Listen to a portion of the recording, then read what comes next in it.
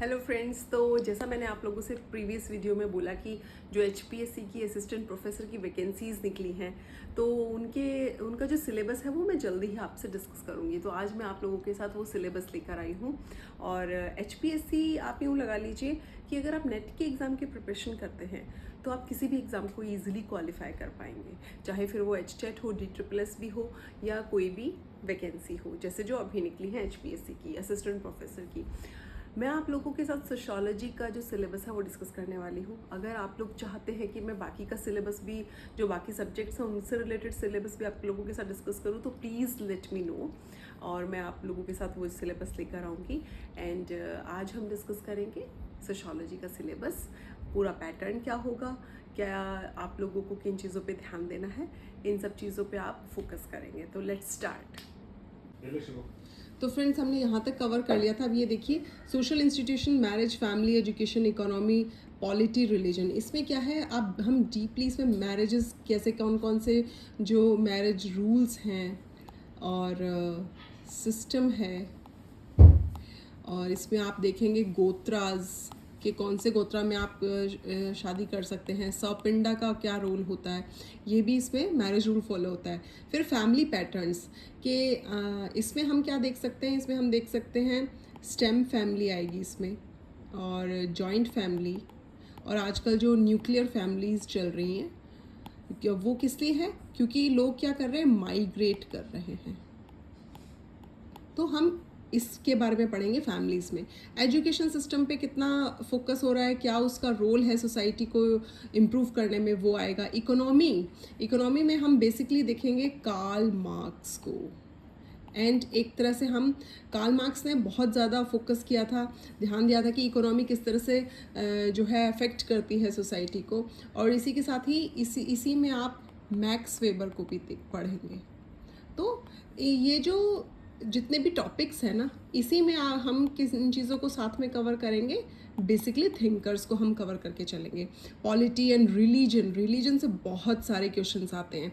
जैसा कि आप लोगों को पता है कि जो मैक्स वेबर हैं, उन्होंने कितने टाइप के रिलीजन पे स्टडी किया था, 6 टाइप्स। और उन 6 टाइप्स में देखिए आप कौन कौन से थे, जुडाइज़म थे उसमें, क्रिश्चियनिटी था उसमें, और हिंदुइज़म पे उन्होंने स्टडी किया, ताओइज़म पे उन्होंने स्टडी किया, ये बहुत इम्पॉर्टेंट रिलीजन्स हैं। और बुद्धिज़्म, जिन पे मैक्स वेबर ने स्टडी किया था। फिर देखिए सोशलाइजेशन में आएगा कि किस तरह से सोशलाइजेशन बहुत ज़रूरी है, रीसोशलाइजेशन। इसमें क्या होता है, इसमें बहुत इंपॉर्टेंट कई बार एग्जाम्पल आता है एग्ज़ाम में कि जो लड़की है, मान लीजिए लड़की की जब शादी होती है और वो दूसरे घर में जाती है, तो वो उसका एक तरह से रीसोशलाइजेशन होता है, यानी वो स्टार्ट करती है रहना। और रीसोशलाइजेशन उसको भी बोलते हैं जब मान लीजिए कोई कैदी है, वो जेल काट के आता है, तो एक तरह से वो नई चीज़ों को सीखता है, दोबारा से उसको मौका मिलता है चेंजेस लाने का। एंटिसिपेटरी सोशलाइजेशन में लड़की का एग्जांपल हम ले सकते हैं कि किस तरह से वो एडजस्टमेंट करना सीखती है। Socialisation, adult socialisation, agencies of socialisation, theory of socialisation, ये सब कुछ हम पढ़ेंगे। This is very important examination के पर्सपेक्टिव से। Next is social stratification. इसमें क्या आएगा, सोशल डिफ्रेंसिएशन, हायरार्की कौन सी फॉलो होती है, इनइक्वालिटी किस तरह से है सोसाइटी में, कैसे वो अफेक्ट करती है, forms of stratifications, caste, class, gender and ethnic. इसमें क्या है, देखिए कास्ट, क्लास एंड जेंडर, इसमें हम किसको देखते हैं, हम इसमें देखते हैं आंद्रे बेते को। हम इसमें आंद्रे बेतले की स्टडी करते हैं।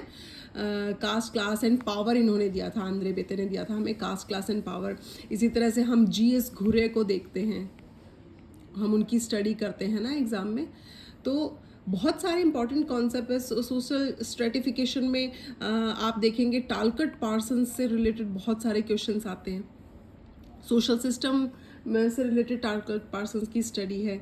सोशल मोबिलिटी, इसमें हम किन को देखते हैं, बहुत important Sorokin, social mobility, social sinking, और इन सब चीज़ों में हम देखते हैं सोरोकिन को, PA Sorokin. Theories of social stratification हम पढ़ेंगे। सोशल चेंज, इसमें क्या क्या आएगा, देखिए कॉन्सेप्ट एंड टाइप्स कि एवोल्यूशन कैसे हुआ, डिफ्यूजन, प्रोग्रेशन, रेवोल्यूशन, किस तरह से ट्रांसफॉर्म हुई सोसाइटी और कैसे चेंजेस आए, कैसे जो सोशियोलॉजी है, सोशियोलॉजी किस तरह से एक डिसिप्लिन बना। डिसिप्लिन क्या, क्योंकि पहले सोशियोलॉजी क्या था, वो उसको एक सब्जेक्ट नहीं माना जाता था, कि उसको मेन स्ट्रीम में नहीं रखा गया था। धीरे धीरे सोशियोलॉजी ने बहुत इम्पोर्टेंट रोल प्ले किया और हमें सोशियोलॉजी की हेल्प से ही ये समझ में आता है कि बेसिकली जो सोसाइटी है वो कैसे वर्क करती है, हम इसी से सीखते हैं।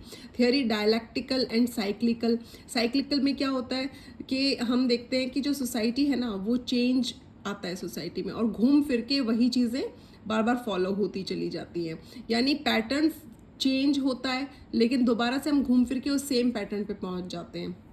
साइक्लिकल में एक चीज़ और आती है, डेथ, प्रोग्रेस, ग्रोथ।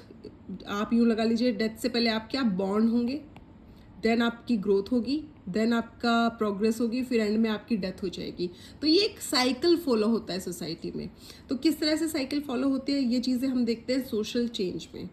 नेक्स्ट हम देखते हैं जो इसमें नेक्स्ट है क्वेश्चन आगे, ये देखिए आप, सोशियोलॉजिकल थियरीज।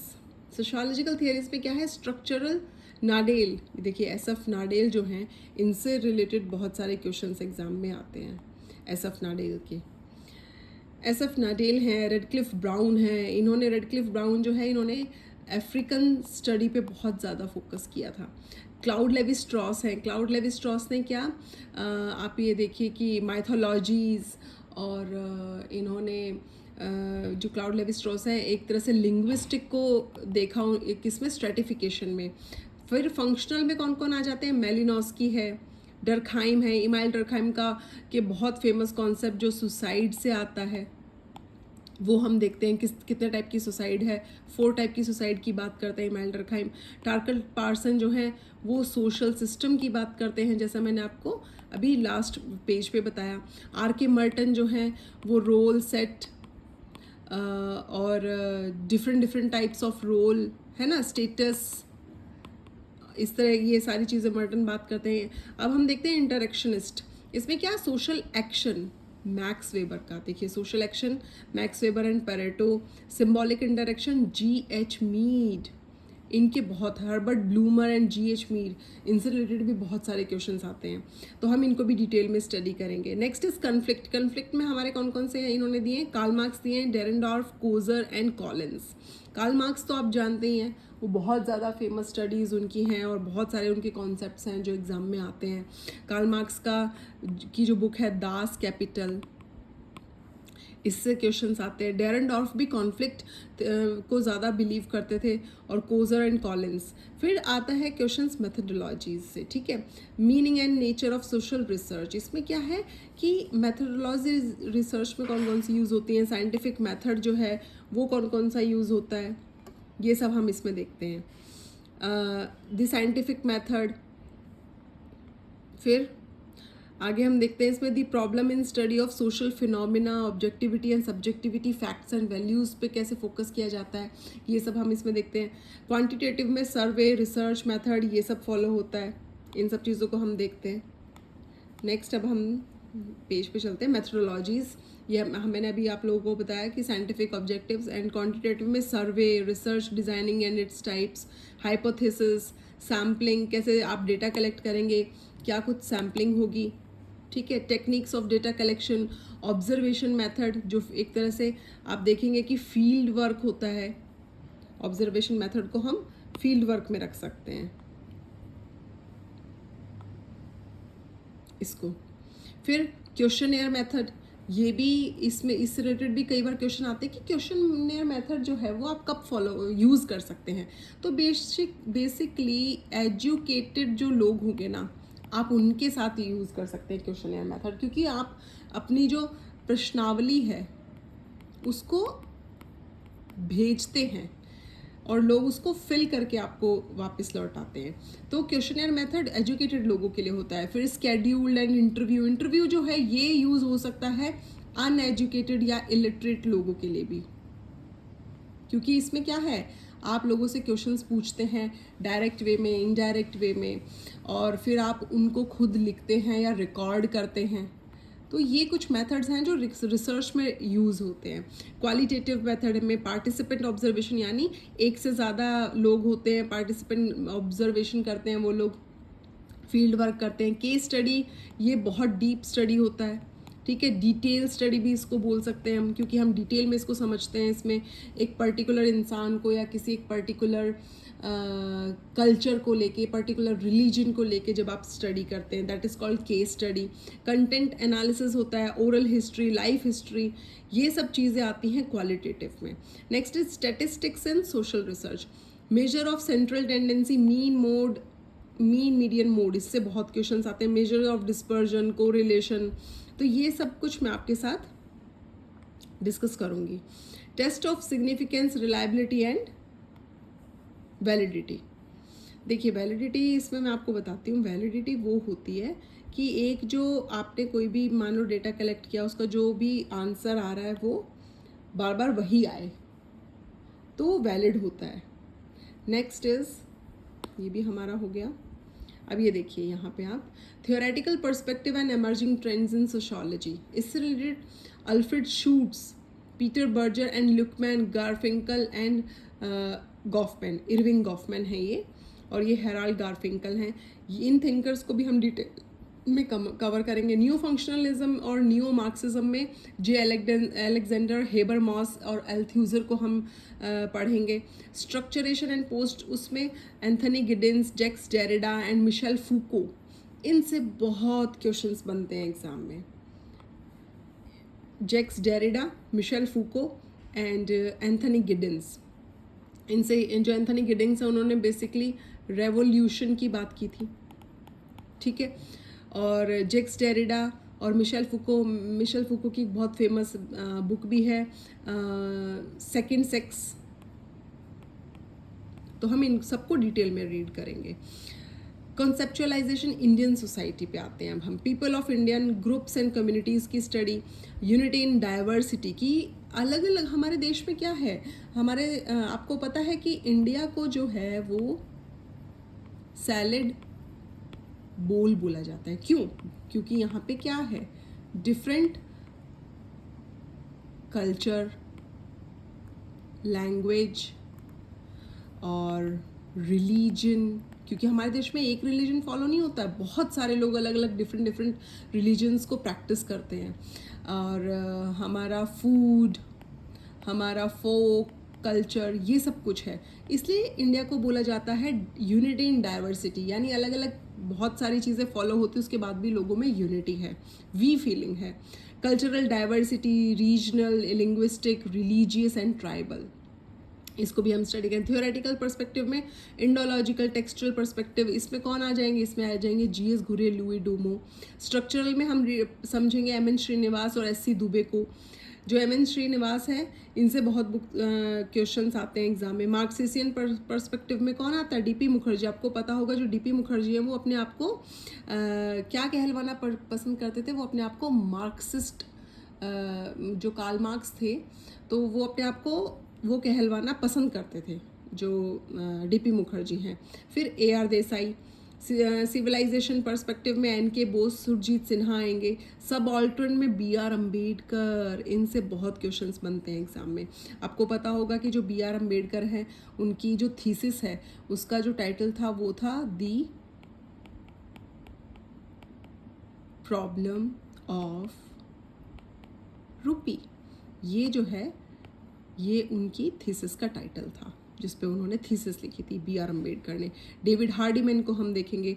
फिर contemporary issues and social cultural में हम किसे देखेंगे, हम देखेंगे इसमें पोवर्टी पे आपको पता है कि जो मैं अभी उनका नाम भूल रही हूँ थोड़ा सा, एक बहुत फेमस थिंकर हैं, उन्होंने पोवर्टी पे बात की है। Inequality, caste and gender.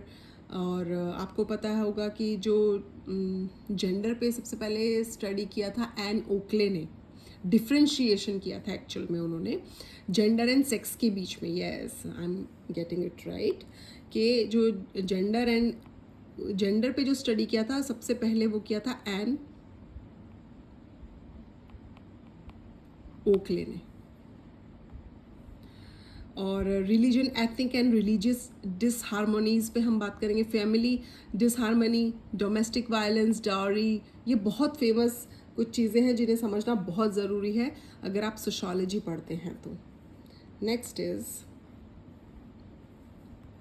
इसमें कंटेम्प्रेरी इश्यूज इन डेवलपमेंट में population, regional disparity, slums, displacements आपको पता होगा मैक्सिमम इंडिया में या कहीं भी जो है, कई बार क्वेश्चन आता है एग्ज़ाम में कि जो मैक्सिमम डिस्प्लेसमेंट है वो किस वजह से होता है, तो आपको पता होगा मैक्सिमम डिस्प्लेसमेंट का रीज़न होता है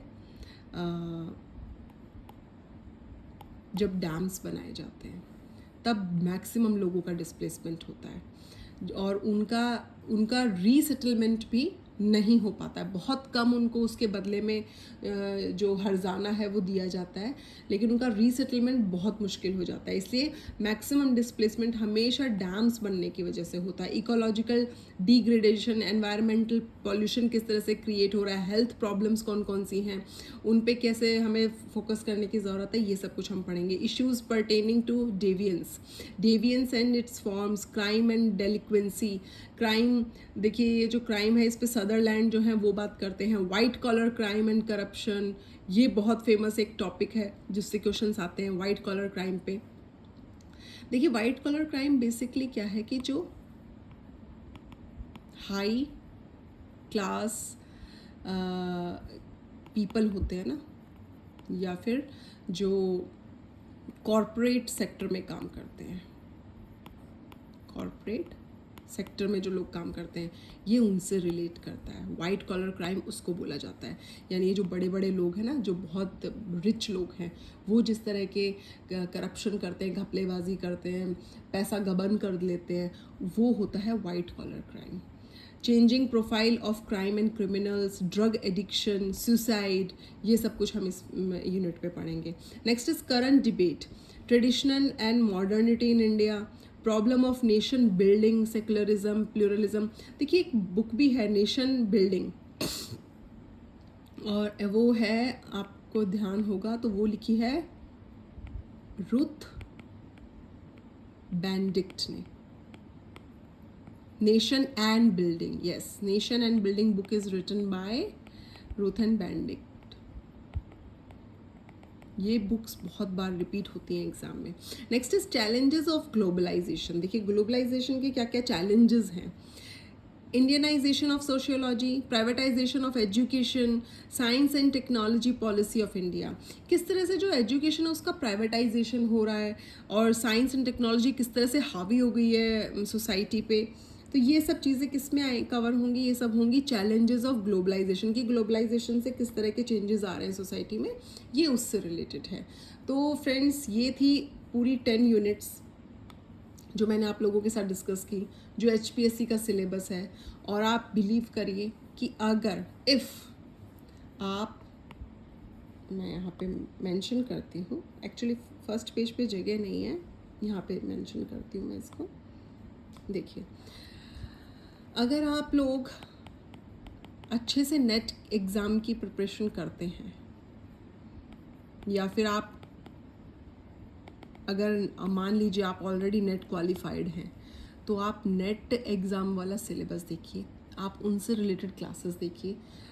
ये इस चीज़ की पूरी गारंटी है कि आपका HPSC का एग्ज़ाम बहुत ईजिली क्रैक हो सकता है, असिस्टेंट प्रोफेसर की पोस्ट वाला। इट्स ईजी, क्योंकि नेट वाले उसमें क्या होता है, कंप्लीट सिलेबस कवर हो रहा है, बल्कि उसमें और भी ज़्यादा थिंकर्स हैं जो इसमें नहीं है मेंशन। लेकिन कई बार क्या होता है, ज़रूरी नहीं है कि यहाँ जो थिंकर्स के नाम दिए हैं खाली वही थिंकर्स आए। बहुत बार क्या होता है कि इन बिटवीन जो टॉपिक्स हैं उनमें भी बहुत सारे थिंकर्स होते हैं।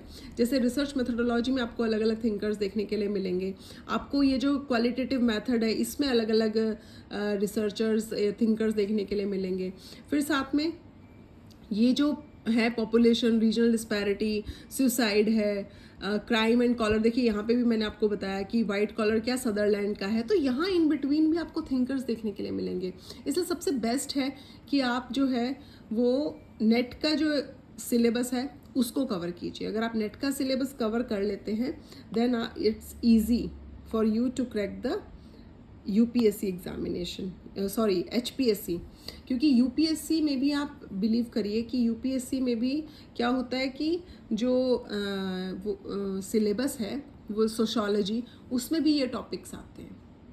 तो एचपीएससी असिस्टेंट प्रोफेसर के लिए ये बहुत अच्छा सिलेबस, और एक मैं आप लोगों को एक लाइन बता रही हूँ कि नेट के एग्ज़ाम के लिए नेट का जो सिलेबस है उसको आप कवर कीजिए, आपका ये सब कुछ उसी में कवर हो जाएगा।